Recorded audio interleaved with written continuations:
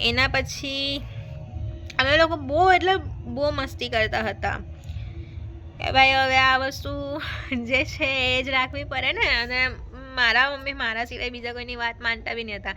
એમનો માનેલો દીકરો હતો જે કંઈ જ કામ નહીં આવ્યો. એ ટાઈમ પર મેં મારા મમ્મી સાથે બી લડી બહુ છું કે ભાઈ મારા હોવા છતાં તે બીજાને કેમ છોકરો માન્યો. એને તું ગુડ મોર્નિંગ કહે છે, મને નથી કહેતી. તું એની સાથે બધી વાત શેર કરે છે, મારી સાથે કેમ નથી કરતી. તને મારા હોવા છતાં તને બીજાનું કામ શું કામ પડે છે. તો હવે પેલું કહેવાય ને કે ભાઈ અટેચમેન્ટ વસ્તુ બીજી કહેવાય. એટલે મેં કીધું ભાઈ મારો બોયફ્રેન્ડ છે, મારા બી મેસેજ છે, મેં કશું ડિલીટ નથી કરતી, તો તું શું કામ એ છોકરા સાથેની વાત ડિલીટ કરે છે. ઓબ્વિયસલી હું મોટી છું તો મને દુઃખ થાય કે મારા સિવાય મારા મમ્મી બીજા કોઈને કેમ છોકરો માને છે. મેં કાફી નથી, મેં આટલું બધું કરું છું તો. પણ આપણે બધું ઇગ્નોર કર્યું કે ચાલ ભાઈ મમ્મી બીમાર છે, હવે બીમારીના લીધે મેં ઇગ્નોર કર્યું. પણ છેલ્લા ટાઈમ પર મારું દિમાગ હતું કેમ કે એ છોકરો મારા મમ્મીને મળવા બી નહીં આવતો હતો. મેં કીધું મમ્મી તારો છોકરો ક્યાં ગયો હવે, જે તને આટલું બધું લાગતું હતું, જેને તો આટલું બધું દિલથી માનતી હતી. મેં કોઈ આવ્યો તને મળવા? હોસ્પિટલમાં બી લિટરલી મારા અને મારા પપ્પા સિવાય કોઈ મમ્મીની કેર કરતું નહીં હતું. કોઈ મળવા બી નહીં આવતું હતું. જે મમ્મી એકદમ દિલથી માનતી હતી ને એ લોકો બી વિડીયો જોઈએ જ છે અને મને કંઈ ફરક નથી પડવાનો એ વસ્તુથી. લોકોને એવું હતું કે ભાઈ અમારા ત્યાંથી આ પર્સન આવે છે તમારી સાથે રહે, પણ એ પર્સન બી અડધો કલાક જ રહેતું હતું, બરાબર. પણ હવે આપણે પેલું કહેવાય ને કે ભાઈ મમ્મીએ એક રિસ્પેક્ટ આપતા આપણને શીખવાડેલો હતો, એટલે આપણે એટલું બધું કંઈ બોલતા નહીં હતા. બટ હવે લિમિટ ક્રોસ થઈ ગયેલી હતી. તો એ ટાઈમ પર પછી મેં કહી દીધું કે ભાઈ તમારા ત્યાંથી બી આ પર્સન આટલા ટાઈમ માટે જ આવતો હતો, તો અમે લોકો આગળ નહીં વધાવો એ વાતને, બરાબર. તો એના પછી આ વસ્તુ તો મેં શાંત કરી દીધી કે ભાઈ હવે આ લોકો માનવાના જ નથી. અને એવા ખોટા ઇલ્ઝામ બી મારા પપ્પા પર બી આવતા હતા. મેં કીધું કે જે વસ્તુ આપણે કરતા નથી એ વસ્તુ બી આપણને સાંભળવા મળે તો કેટલું દુઃખ થાય કે ભાઈ અમે આ વસ્તુ કરતા જ નથી, તો તમે લોકો અમને આવી રીતે જજ કેવી રીતે કરો. તો એ લાસ્ટ વીકમાં બી મેં મારા મમ્મી અને મારા પપ્પા અમે 3 જ, એના સિવાય બીજું કોઈ નહીં. મારા નાના બી હતા. મારા નાના બી એક એવા એમ ફાધર બન્યા છે ને કે એ એમની છોકરીને બી સારી રીતે ટ્રીટ કરતા હતા. લાઈક જે વસ્તુ બીજું કોઈ નહીં કરતું હતું ને તે વસ્તુ બી મારા નાના કરતા હતા. મારા નાનાએ મારા મમ્મીનું ડાયપર બી ચેન્જ કરાવ્યું છે. બીજા બધા જોઈને ચાલ્યા જતા હતા. એ લોકો ખાલી એવું પ્રિટેન્ડ કરે કે ભાઈ અમે કેર કરીએ છીએ, પણ એ લોકો કોઈ જાતની કેર કરતા નહીં હતા. અને એ પર્સન જ્યારે મારા મમ્મીને ડેથ થવાના 3 મહિના પહેલાં જ્યારે એડમિટ કરેલા હતા ને, ત્યારે એ પર્સન મારા પપ્પાને એવી રીતે વાત કરે કે ભાઈ હવે કવિતાને છે જ નહીં, કશું એમ કંઈ બચ્યું જ નથી બોડીમાં, તો તમે એમને હોસ્પિટલમાં કેમ રાખો છો? ભાઈ તારા પેટના પૈસા જાય છે, તારા ઘરના પૈસા જાય છે. મને એટલો ગુસ્સો આવતો હતો જ્યારે મારા પપ્પાએ આ વાત કરેલી હતી. ત્યારે મારા પપ્પાએ એને એવું કીધું કે તારે જે કંઈ બી વાત કરવી હોય તો તું ઈશિકાને જઈને વાત કર, કેમ કે એ એની મમ્મીનું ધ્યાન રાખે છે, એ હોસ્પિટલનો ખર્ચો બધું જોઈ છે, મેં વચ્ચે નથી પડવાનો. અને એ લોકોને એટલી એમ તાકાત બી નથી કે મારા મોઢા પર આવીને વસ્તુ બોલે. પીઠ પાછળ તો હજી બી એ લોકો વાત કરે જ છે. જે વસ્તુ આપણે કરતા નથી એ વસ્તુ બી એ લોકો બોલે જ છે. તો જવા દઈએ ભાઈ, લોકોના મોઢા છે, લોકો વાત કરવાના જ છે. લોકોને એવું છે કે એ લોકો છે તો જ અમે છીએ, પણ એવું નથી. અમને બી સાચવવાવાળા જ છે. અમને બી અમે પોતાનું બી ધ્યાન રાખીએ જ છે. હા, મારી બેનનું ધ્યાન તમે લોકો રાખો છો એના માટે થેન્ક યુ, બટ એ બી ખાલી 2 વર્ષ, એના પછી હું પ્રોપર સુરતમાં આવી જ જવાની છું, તો એને બી જરૂર પડવાની નથી. ધન આફ્ટર હવે મમ્મીનું લાસ્ટ વીક હતું અને લાસ્ટ વીકમાં બી મારા મમ્મી મારા સિવાય અને મારા પપ્પા સિવાય કોઈને ઓળખતા નહીં હતા. લાસ્ટ ડે 14 ઓક્ટોબર 2023, ત્યારે બી સવારથી મને ખબર પડી કે ભાઈ હવે આજનો દિવસ મમ્મીનો છેલ્લો છે. તો મેં પપ્પાને કોલ કર્યો અને મારા પપ્પા બી એ દિવસે જોબ પર ગયેલા હતા. મેં પપ્પાને કોલ કર્યો કે પપ્પા મમ્મી કોઈ રિસ્પોન્સ આપતા નથી. તો પપ્પાએ કીધું કે ખાટલા પર સુવડાવ્યા છે ને મમ્મીને, તો એના કરતાં તમે લોકો નીચે લઈ લો. અને ત્યારે હેલ્પ માટે મેં મારા કાકાને બોલાવેલા હતા. મેં કહ્યું કાકા આવો ને, થોડુંક હેલ્પની જરૂર છે, મમ્મીને આવી રીતે હવે થવા લાગ્યું છે. તો કાકા બી આવ્યા, બટ મારા મમ્મી કોઈને ટચ બી નહીં કરવા દેતા હતા. મેં કીધું મમ્મી તમારા માટે જ કરીએ છીએ, તમે આવી જાઓ નીચે, તમને શું છે ને તમે નીચે આવીને સૂઈ જાઓ. તો એ ટાઈમ પર હું પોતે બી બીમાર હતી અને એ દિવસે શ્રાદ્ધ ચાલતા હતા અને શ્રાદ્ધનો લાસ્ટ ડે હતો, અમાસ. અને એકદમ અંદરથી બેચેની જેવું થતું હતું કે ભાઈ હવે નહીં જોવાય. તો બી મેં બહુ હિંમત રાખી. એ ટાઈમ પર પછી હું મારી બેનને લેવા ગયેલી હતી, એ બીજા ઘરે હતી. તો અને મેં એને બી સમજાવી દીધેલું હતું કે ભાઈ ઘરે જશું, મમ્મીને બોલાવજે, મમ્મી બોલે તો તું વાત કરજે, નહીં તો કંઈ નહીં. ને એને કીધેલું રડતી નહીં મમ્મીની સામે. બટ હવે એ નાનલી, એ ત્યારે 4th આવી ગયેલી હતી અને એણે જસ્ટ મમ્મીને બૂમ પાડી કે મમ્મી, તો મમ્મીએ કોઈ રિસ્પોન્સ નહીં આપ્યો. મારી સામે જોઈને રડવા લાગી ગઈ, ભાઈ દીદી મમ્મી બોલતા નથી, શું થઈ ગયું મમ્મીને અચાનક, આમ છે તેમ છે. નાની જ છે તો એને ક્યાંથી ખબર હોય કે ભાઈ મમ્મીને શું થયું છે. તો બી હિંમતવાળી તો હતી જ, હાલમાં બી હિંમતવાળી તો છે જ. લોકો એને આટલું બધું બોલે છે, લોકો મારા વિશે એને બોલે છે, મારા પપ્પા વિશે એને બોલે છે, પણ એ સાંભળી લે છે. આ બધાના જવાબ તો અમે આપશું પાછળથી, જ્યારે ટાઈમ આવશે ત્યારે. અત્યારે એ લોકોના દિવસ ચાલે છે, પછી અમારા દિવસ આવશે.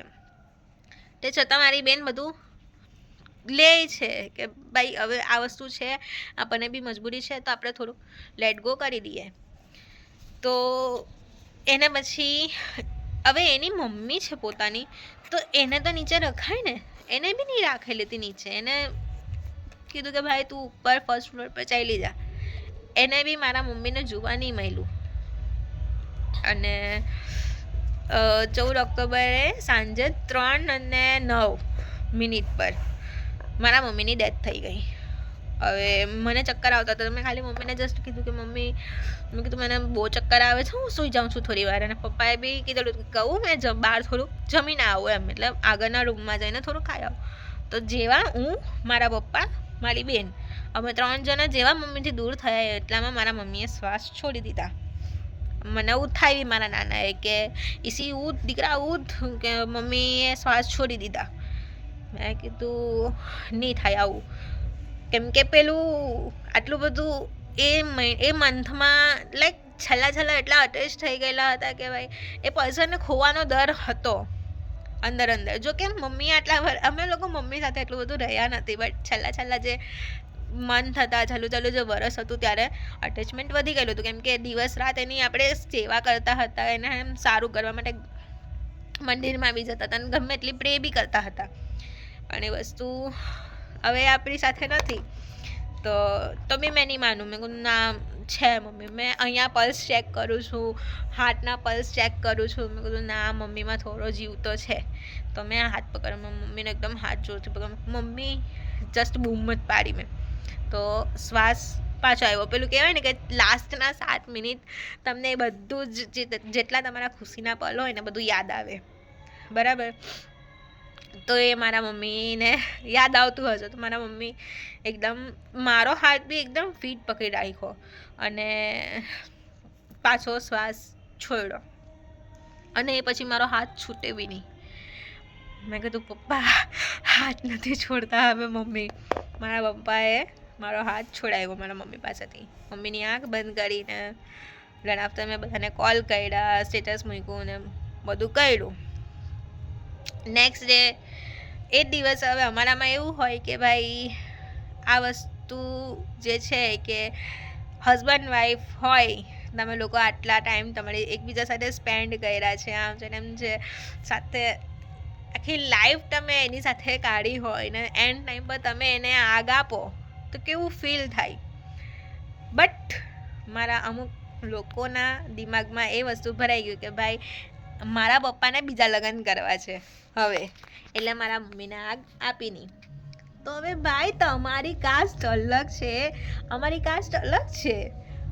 તમારા કાસ્ટમાં જે થતું એ મારા મમ્મીએ મેરેજ કર્યા તો મેરેજ પછી તો આ જ કાસ્ટનું લાગે ને, આ જ કુળનું લાગે બધું, બરાબર.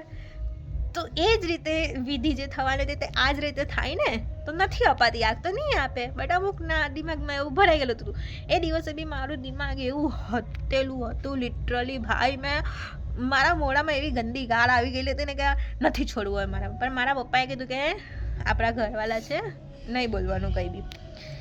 મેં કીધું કે ભાઈ પપ્પા મારી લિમિટ પતી ગઈ છે, નથી હવે સહન થતું મારાથી કઈ વસ્તુ. કેમ કે આખો દિવસ આપણે મમ્મી સાથે સેવા કરી હોય, મમ્મીની સાથે 24 કલાક રહ્યા હોય. હવે આપણને ખબર ને કે ભાઈ મારી માં અને મારા પપ્પાનું રિલેશન શું છે, મારું ને એનું રિલેશન શું છે. તમે લોકોએ મારા મમ્મી સાથે ખાલી પૈસા માટેનો જ સંબંધ રાખ્યો છે, બરાબર? એકલા પૈસા માટેનો જ સંબંધ રાખ્યો છે. તો શું કરવા તમે લોકો વચ્ચે બોલો છો, બરાબર? હાલમાં બી એ લોકોને મારા મમ્મીના જ પૈસા દેખાય છે, બરાબર? તો બી અમે કંઈ બોલતા નથી. હા ભાઈ કરો, તમારી મરજી, તમારી બેન હતી, અમને કંઈ ફરક નથી પડવાનો, કોઈના વગર કંઈ અટકી નથી જવાનું. તો એ જ છે કે લાસ્ટમાં મારા પપ્પાએ મને કીધું કે તારા મમ્મીને 3rd પ્રેગ્નન્સી બી હતી. મેં એકદમ શોક. જોકે મને ખબર હતું ત્યારે હું 10th ભણતી હતી, એટલે 10th પણ એ ઓબ્વિયસલી સાયન્સમાં આપણને ભણવાનું આવે જ છે, તો નોલેજ એટલું હતું જ. તો મેં પપ્પા સાથે વાત કરી કે પપ્પા તમને ખબર હતી? બાકી કે ના મને બી નહીં ખબર હતી. 3rd મંથ ચાલતો હતો મારા મમ્મીને, અને એક પર્સને એવું કીધેલું હતું કે તારી છોકરી 10th ભણે છે, નાની છોકરી તારી 1st આવવાની છે હવે, તો તું 3rd બેબી લાવીને કરશે શું? ભાઈ અમારી લાઈફ છે, અમે જે કરીએ. લોકોના તો નથી હવે વધારે બોલવું મારે, બરાબર?